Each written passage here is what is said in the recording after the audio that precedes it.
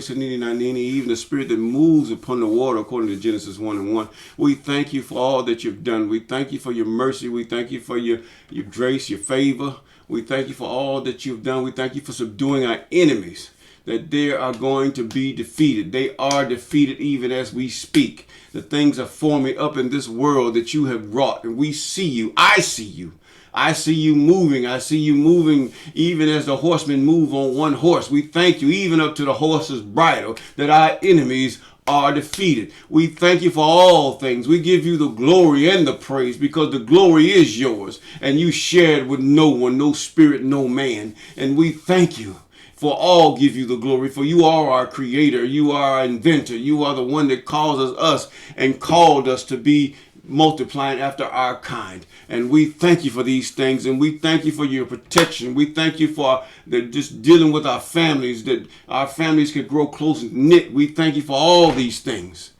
Yes, in your name. Yes, yes, yes. We're coming for Genesis chapter 27. So glad you're here. And it reads, and it came to pass when Isaac was old, his eyes were dim so that he could not see. He called Esau his eldest son and said unto him, my son. He said unto him, behold, here am I. And he said, behold, now I am old. I know not the day of my death. Now therefore take, I pray thee, thy weapons and quivers and thy bow, and go out to the field and take me some venison. That's deer meat. And make me savory meat, such as I love, and bring it to me, that I might eat, that my soul might bless thee before I die. Now, you have to realize that most deer, bear, and everything was in sub-Saharan Africa. I don't know where they get this from, this stuff. They give you all kind of maps and all this other stuff. And if you look at Africa today, all the animals are mostly toward the south.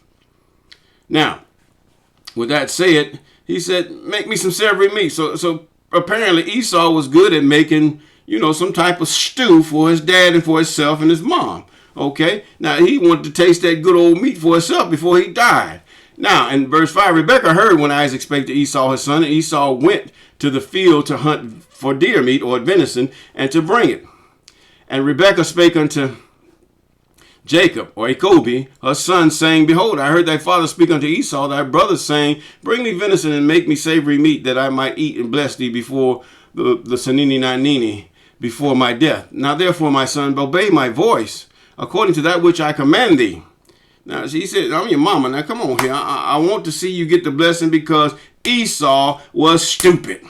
Esau did not take God, neither his father, seriously, in that he sold his birthright, thinking it of as a joke. The things of God are not a joke. The promises of God are not a joke. Esau took it as a joke. Be careful how you joke about God and the things that you say about the Most High.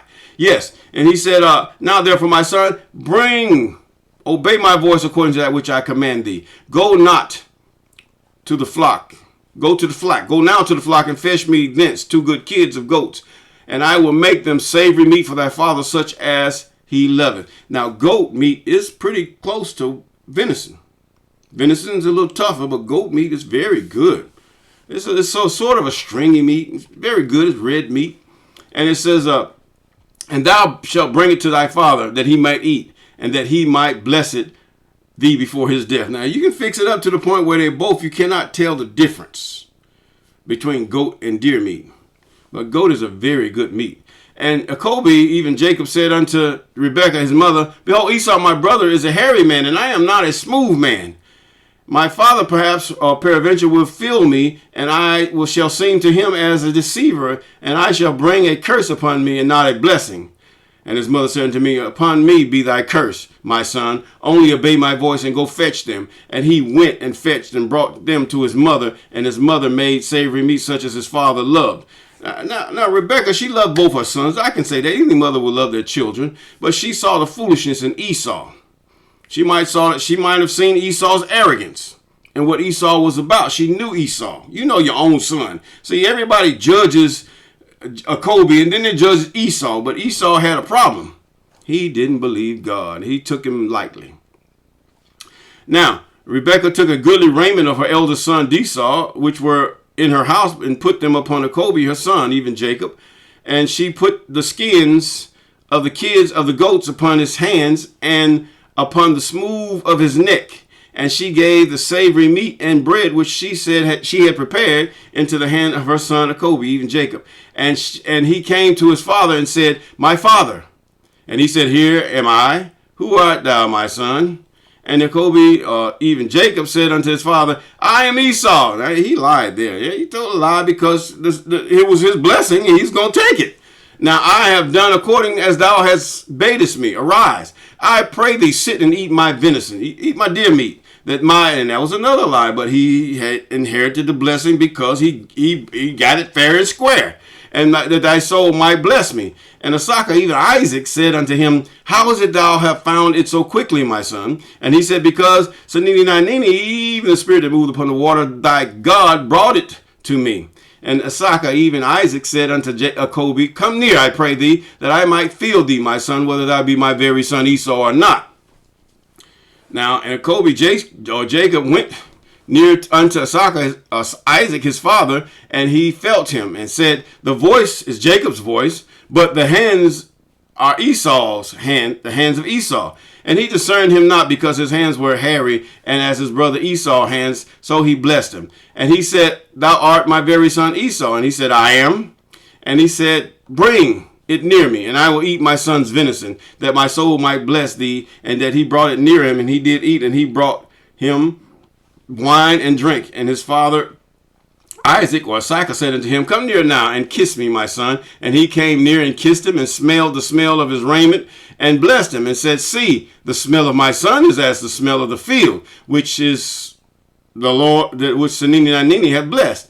And therefore, Sanini Nanini, even the spirit that moved upon the water, give thee dew of heaven, the fatness of the earth, plenty of corn and wine, and let the people serve thee, and nations bow down to thee, and be lord or owner of thy brethren. And let thy mother's son bow down to thee. Cursed be everyone that curseth thee, blessed be he that blesseth thee. And it came to pass, as soon as Isaac, even Isaac, had made the end of the blessing, that Jacob, even Jacob, and Jacob was yet scarce gone from the presence of Isaac his father, that Esau his brother came in from hunting. Now, Esau's running around here getting all this stuff, and he's hunting, and he's doing all these things. Now what happens? Esau sits up there, and he's ready to bring his father some of this stuff that he made, his venison, his deer meat. Okay? Now, he says, he also made savory meat and brought it to his father. Excuse me. And said unto his father, let my father rise and eat his son's venison, that thy soul might bless me. Now, Esau is trying to be deceitful too. Instead of saying, I sold my birthright to Jacob or Jacob. Excuse me. He said, I sold it to Jacob. And the blessing is not mine, it belongs to Jacob. So apparently, who is the most deceitful, Jacob or Esau? Esau didn't have to sell it. He could have went to his mother's, I'm hungry. He didn't have to say, have to sell it to Jacob. No.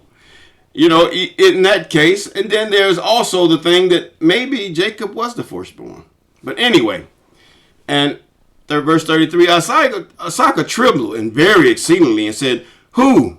Where is he that hath taken venison and brought it to me? I have eaten all before thou camest, and have blessed him. Yea, and he shall be blessed.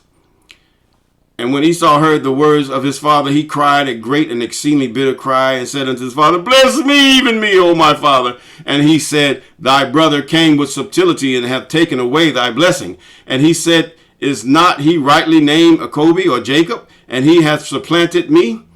Now, did he supplant him? They say he's the supplanter, but does Jacob mean supplanted? Because he said he hath supplanted me. So they give him the definition of Jacob as a supplanter. Come on, now let's get this right. Come on here. And these 2 times, he took away my birthright. No, he didn't. You sold your birthright. And behold, now he hath taken away my blessing. No, you sold your blessing through your birthright. And he said, thou hast not reserved a blessing for me. Hast thou a reserved blessing for me? And even Isaac answered and said unto Esau, behold, I have made him thy owner or thy lord, and all his brethren have I give to him for servants, and with corn and wine have I sustained him. What shall I do now unto thee, my son? And Esau said unto his father, thou hast but one blessing, my father. Bless me, even me, O my father. And Esau lifted up his voice and wept. Whoa. And he said, Isaac, Isaac, even Isaac, his father, answered and said, Behold, thy dwelling shall be the fatness of the earth and the dew of heaven from above. And thy sword shall be, thou shalt live, and thou shalt serve thy brother. And it shall come to pass that when thou have dominion, thou shalt break his yoke from off thy neck. In other words, you're going to break a Kobe's yoke from off thy neck. He said, and Esau hated Jacob because of the blessing wherewith his father blessed him. And Esau said in his heart, the days of mourning for my father are at hand. Then I will slay my brother Kobe, even Jacob. And these words Esau, her elder son, were told to break Rebekah. And she sent and called Kobe, even Jacob, her son, younger son, and said unto him, Behold, thy brother Esau, as touching thee, doth comfort himself, purposing to kill thee. Now therefore, my son, obey my voice. Arise, flee, thou to Laban, thy brother to Haran. Now, we have read that in the previous chapters. Now, Haran was the brother. Now, this is where we're going to start seeing the rise of the Bantu, even the Kobe. Okay. God bless you, and Shabbat Shalom.